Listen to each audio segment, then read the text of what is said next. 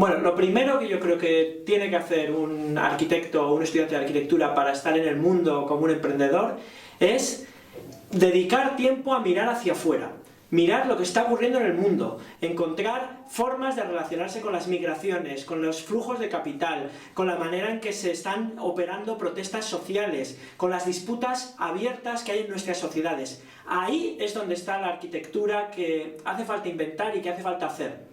La segunda cosa es que hay que investigar. En mi opinión, los arquitectos no podemos pensar que nuestras herramientas, nuestra paleta de soluciones e incluso los temas que tratamos son fijos o son los de la disciplina. No, en mi opinión, el arquitecto tiene que equilibrar por lo menos un 50% de sus esfuerzos, tienen que dedicarse a aprender sobre lo que está ocurriendo fuera. Hola, soy Almudena de Benito, arquitecta urbanista y chiquitecta. Chiquitectos es un proyecto lúdico y educativo para acercar la arquitectura, el entorno y el desarrollo sostenible a los niños. Desde Chiquitectos proponemos talleres educativos desde los 3 hasta los 12 años, fundamentalmente en dos ámbitos, el ámbito de ocio y el ámbito escolar. Conforme el proyecto ha ido creciendo, también ha ido creciendo la estructura, ¿no? Y ahora mismo contamos con 3-4 personas, todas ellas con formación en arquitectura, que me ayudan puntualmente en determinados talleres. Respecto al modo de producción, por un lado estaría ofrecerse programa educativo a esas entidades y a esos clientes que puedan estar interesados en nuestro proyecto, y por otro lado dar respuesta y proponer actividades a aquellos que nos lo solicitan, ver las intenciones que tiene, las necesidades que tiene y presentarle un proyecto, un presupuesto, una idea del futuro taller. Entonces, en ese sentido, sí, la actividad se parece mucho a lo que es el desarrollo de la arquitectura propiamente dicha, de un proyecto arquitectónico. Hola, soy Tomás Díez del Fab Lab Barcelona, localizado en el IAC, el Instituto de Arquitectura Avanzada de Cataluña.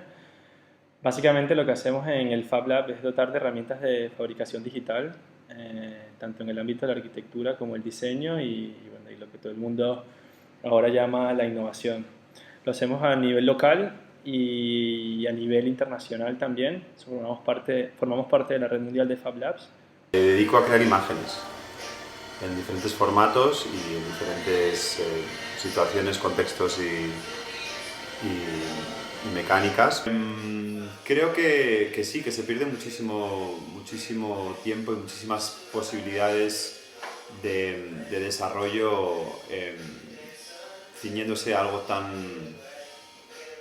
tan rígido como un programa universitario, ¿no? donde todo tiene que ser año tras año igual, y pase lo que pase en el exterior, en el mundo real, que no se cambia ni una coma. Me parece llamativo, ¿no? Que se siga estudiando y que se siga enseñando prácticamente lo mismo que hace 15-20 años, o igual hace 5 años. La situación ha cambiado tanto y lo previsible es que vaya a cambiar tanto en un futuro, que desde luego debería de ser algo mucho más orgánico y revisable.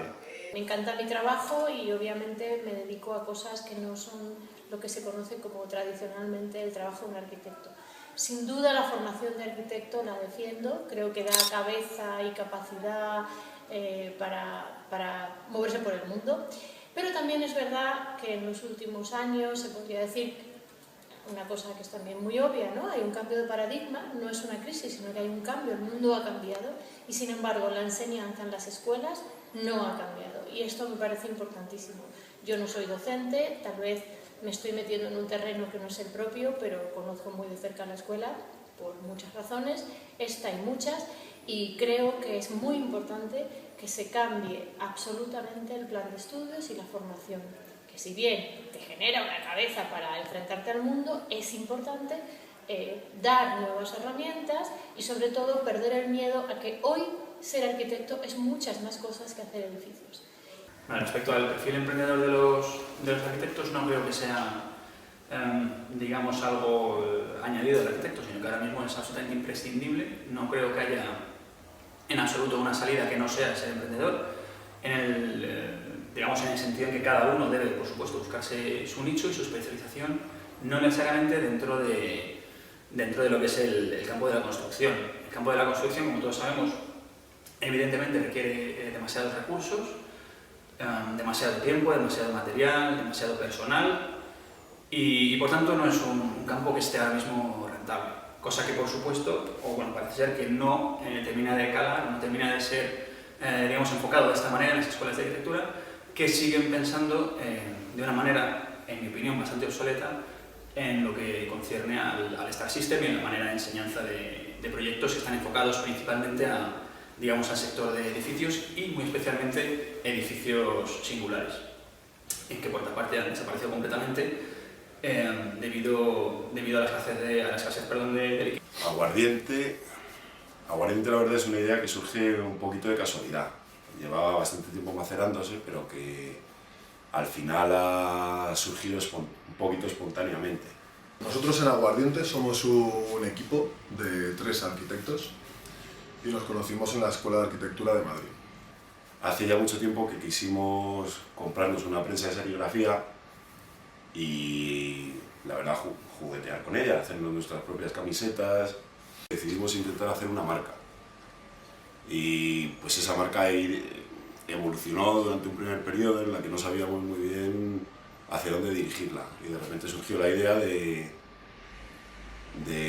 hacer una línea de camisetas con una temática tradicionalmente española. Nosotros hemos viajado siempre muchísimo y lo que nos dábamos cuenta era que la cultura española no se veía bien representada en el extranjero.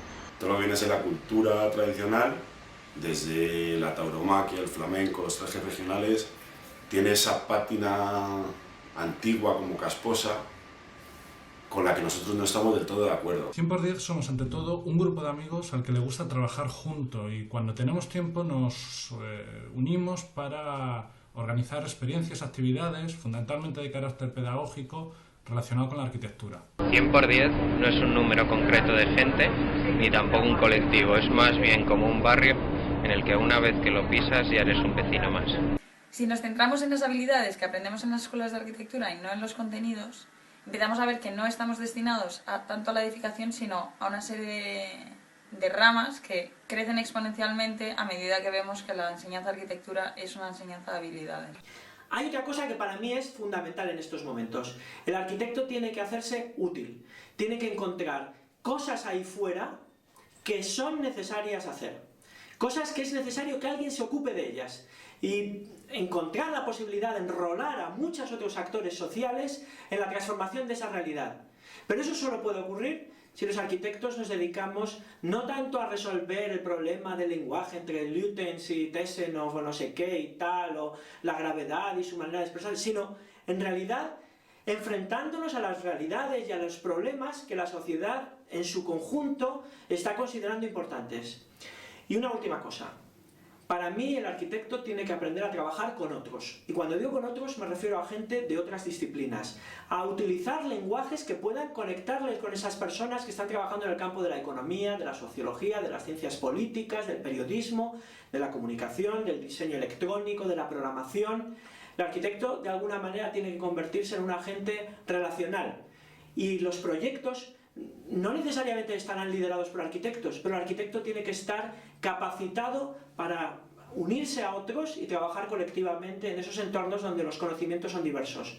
Esa es otra clave para poder ser relevante en el mundo contemporáneo. Creemos que en cierto modo es verdad, nadie va a negar que Manolo Caracol no es precisamente un mod, pero eso no quiere decir que no sea moderno y que no se pueda hacer moderno. Y básicamente ese ha sido siempre, desde que empezamos ha sido nuestra idea y nuestro objetivo principal. Invento mi trabajo. Yo no sé si eso es o no es ser emprendedor. No creo que sea muy buena empresaria, francamente, pero la verdad es que vivo de mi trabajo y lo invento. ¿Qué quiere decir? Yo propongo proyectos, los desarrollo, busco la financiación y los hago. También es verdad y hay que decir que hoy en día, con la crisis y los recortes a nivel de cultura, esto tal vez se torne difícil, pero hay que reinventarse, hay que reciclarse y sobre todo hay que ser creativo y no tener miedo. Ser arquitecto hoy es mucho más que hacer edificios.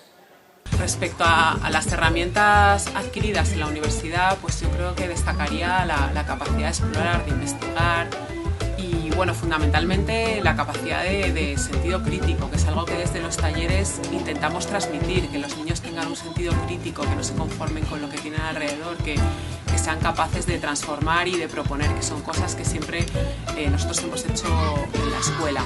Lo que sí que destacaría es la labor de algunos profesores de la escuela en los primeros años, pues análisis de formas o proyectos, elementos, los primeros cursos que destacaban la importancia del proceso en lugar del resultado final, ¿no? en el tema del proyecto.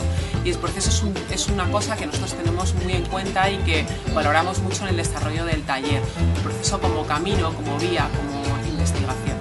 Y bueno, creo que la fabricación digital y la arquitectura están en un periodo desde hace muchos años de constante, digamos, de intercambio de lenguajes, ¿no? Tanto de un lado como del otro se han venido influenciando los procesos tanto de producción a nivel arquitectónico gracias a las nuevas técnicas de fabricación digital, como la arquitectura puede cambiar también el mapa de cómo las herramientas de fabricación digital tienen un significado en nuestras vidas, ¿no? Igual hay un factor también importante que se olvida, que es la propia experiencia vital, que a veces estos programas tan densos dejan muy poco hueco a que el alumno tenga una experiencia vital propia, que pueda viajar, que pueda conocer otras culturas, que pueda conocer otras situaciones, que simplemente se quede en su casa rascándose la nariz, me da igual, o no sé, teniendo otro tipo de lecturas, otro tipo de inputs que vayan más allá, ¿no? A veces yo creo que la endogamia que provoca la arquitectura y la adoración o la especie de jerarquía que se establece dentro del estudio de arquitectura o dentro del profesorado, esa situación tan casi, diría yo, religiosa, católica, a mí personalmente me ha producido cierto rechazo. En mi caso particular, no solamente tengo formación de arquitecto, sino que además tengo formación tecnológica, es decir, bueno, tengo programación, tengo, digamos, ciertas habilidades digitales que intento aplicar en el día a día de mi actividad profesional, enfocado especialmente a lo que es la simulación de crecimiento urbano, a lo que por cierto también dedico gran parte de mi tiempo, digamos, de estudio con la tesis doctoral, y a la aplicación de modelos de gestión avanzados que implican además una cierta, digamos, realidad geométrica que no necesariamente se va a realizar de manera implícita, sino explícitamente. ¿Esto qué significa? Bueno, significa que no me dedico per se a la arquitectura tradicional, sino que, aunque tenga que ver con arquitectura, estoy explorando un campo, digamos, inexplorado y permitiendo, bueno, hasta cierto punto, abrir nuevas maneras de entender el modelo arquitectónico que vivimos, el tiempo en el que vivimos y la manera de responder a este tiempo. La gestión de Chiquitectos de momento es sencilla porque es un proyecto relativamente pequeño en el que no participamos muchas personas y por tanto la gestión prácticamente la llevo a cabo yo en su totalidad. Muchas de las herramientas que utilizo ahora las he aprendido durante mi vida laboral, o sea, ya en el desarrollo de la profesión, lo que es la relación con el cliente, el ver un poco las necesidades, el presentar un proyecto, la manera de presentarlo, la organización interna del trabajo. Una de las cosas que tenemos suerte en el Fab Lab Barcelona es estar dentro del IAC y nos permite tener esta visión mucho más amplia de la producción de la arquitectura desde un punto de vista bastante holístico, ¿no? Que no es solamente usar las máquinas para hacer componentes de edificios o componentes de estructuras, sino también pensar en cómo se pueden generar máquinas que producen edificios y también cómo pensar un poco más allá en pensar cómo el modelo de ciudades y el modelo urbano.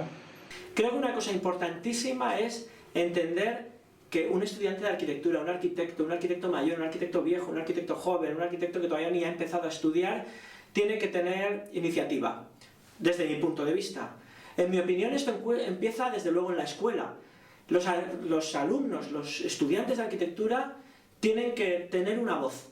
Eso desde luego lo tienen que entender los profesores y los administradores de la universidad, que tienen que escuchar y dar poder sobre todo a los estudiantes, pero también los estudiantes, que tienen que ocupar un espacio, es demandar a los profesores qué es lo que quieren, pedírselo, hacer visibles sus propias ideas, sus iniciativas. Todo esto para mí es fundamental. Y la segunda cosa es que tanto tiempo dedicado a las prácticas de instalaciones o a las o hacer las rayitas yo que sé, de una tarima en AutoCAD, estaría probablemente sería mucho más provechoso si una parte de ese tiempo se dedicase a estar en el mundo, a leer el periódico, a actuar fuera, a manifestarse, a promover iniciativas colectivas, a conocer a otra gente, a pasear por la ciudad, a meterse en grupos de casas de centros sociales autogestionados, a formar partes de grupos de investigación desde el primer momento en que ponen un pie a la investigación, en la universidad. Para mí todo esto sería una forma interesante de formar parte de la universidad y no convertirse en una especie de persona que va siguiendo curso a curso de una manera crítica y sin pensar que tiene que ocupar también un espacio en el espacio de la universidad.